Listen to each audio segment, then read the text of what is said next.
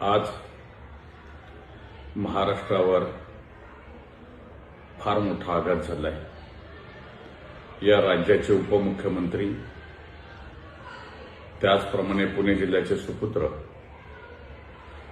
ज्यांनी महाराष्ट्राभर संपूर्णपणे एक विकासाचं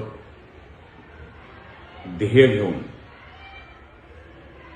संपूर्ण महाराष्ट्रभर काम केलं आणि अर्थमंत्री असताना पुणे शहर असेल, महाराष्ट्र असेल, एक वेगळी दिशा देण्याचं काम त्यांच्या हातून घडलं। प्रशासनावर असणारी अत्यंत चांगली पकड,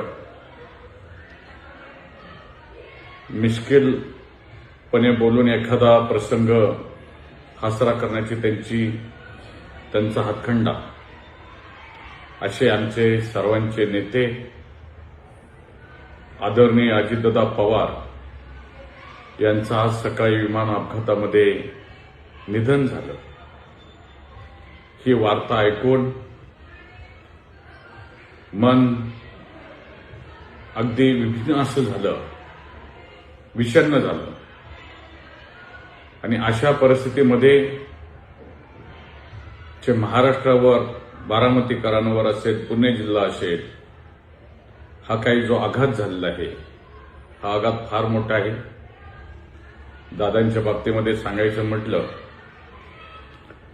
तर परखडपणे बोलणारा, परंतु अंतःकरणात तेवढंच प्रेम करणारा कार्यकर्त्यांवर नेता आमचा आज आमच्यातून निघून गेला।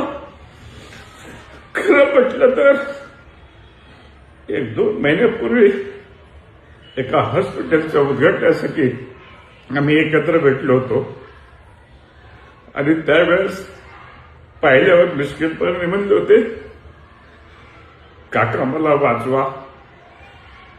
ते शब्द एक कानातून न जाणारे आहेत।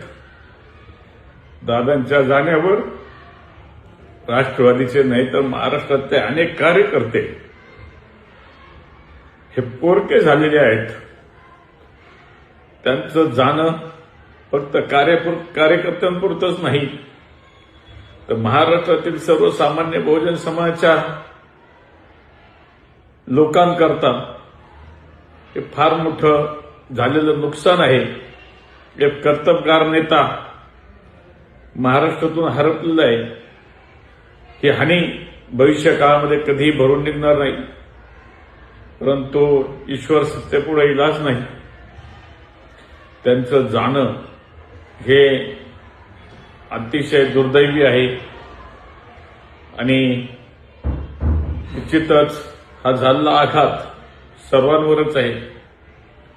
आज जिल्हा परिषदेच्या निवडणुका महाराष्ट्रामध्ये आहेत। त्याच्या प्रचाराकरता दादा बारामतीत पोहोचत होते, सभा होत्या, वेगवेगळे कार्यक्रम। दादांची खासियत म्हणजे पहाटे 6:30 वाजता पुण्यामध्ये पुलाचं उद्घाटन करणारा या महाराष्ट्रामधला एकमेव नेता असेल।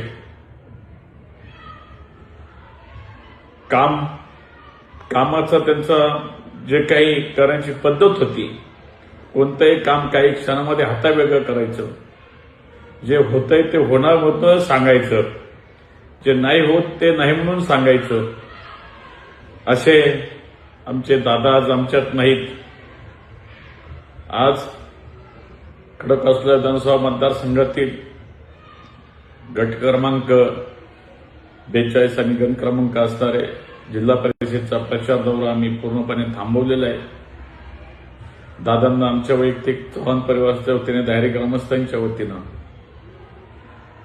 राष्ट्रवादी काँग्रेस पार्टी खडकवासल्यातील सर्व पदाधिकाऱ्यांच्या वतीनं भावपूर्ण श्रद्धांजली आहे। असणारा सर्वच आमचा राष्ट्रवादी परिवार, त्यांना परमेश्वरानं ताकद द्यावी। आदरणीय दादांच्या आणि त्यांच्याबरोबर जे काही आज लोक आणखी गेलेत, त्या सर्वांच्या परिवाराला जे काही दुःख झालेलं आहे, हे दुःख सहन करण्याची ताकद परमेश्वरानं सर्वांना द्यावी। या सर्वांच्या आत्म्यास, आदरणीय दादांच्या आत्म्यास परमेश्वरचरणी चिरशांती लाभावी असे मी परमेश्वरचरणी प्रार्थना करतो.